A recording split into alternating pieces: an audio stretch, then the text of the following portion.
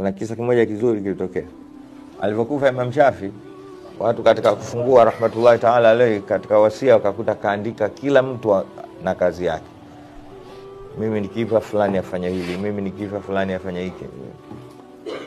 Wasia basi kwa bahati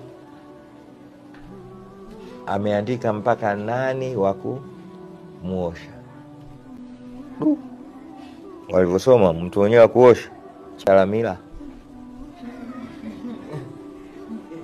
gavana, mtu anaoshughulika na serikali na nini, yani hana mambo ya kuswali wala dini. Pale mashehe kazi. Sasa jambo kuosha sio jambo muhimu kweli kweli.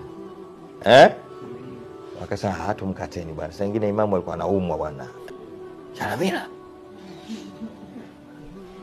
Wakajadilia na mvutano ulikuwa mkubwa sana. Mmoja akasema sikizeni bwana, tunazungumzia habari za Imam Shafi hapa.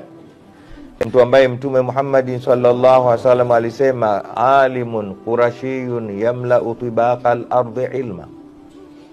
Mbele huko atakuja mwanachuoni wa Kikuraishi atakayojaza viwanja vyote vya ulimwengu elimu, ndo huyo.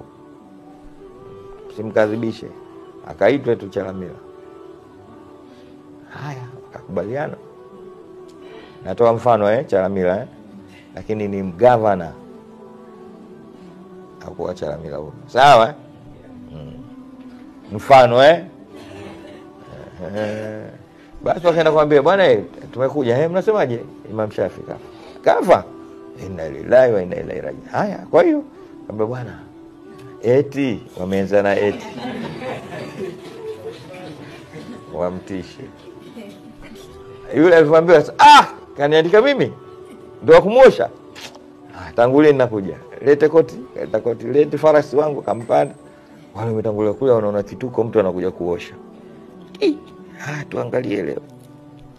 Usikia mtu ana yule alifika pale. Wapi huyu hapa? Maji? Atalisheni maji. Sabuni? Vikae kwa vitu vyote. Akatoka nje kidogo karudi. Kwani Imam Shafi aliacha watoto wangapi?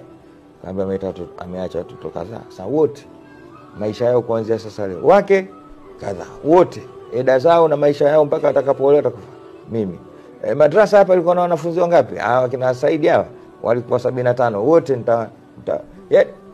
nani alikuwa anamdai Imam Shafi? Wakatokea madarushi, mimi na mimi wote. Akisema vitu vyote hivyo mtakuja ofisini mtamaliza vizuri kabisa. Endeleeni sasa. Huko ndo kuosha alikuwa kusudia imamu, nyeti ni maji. Allah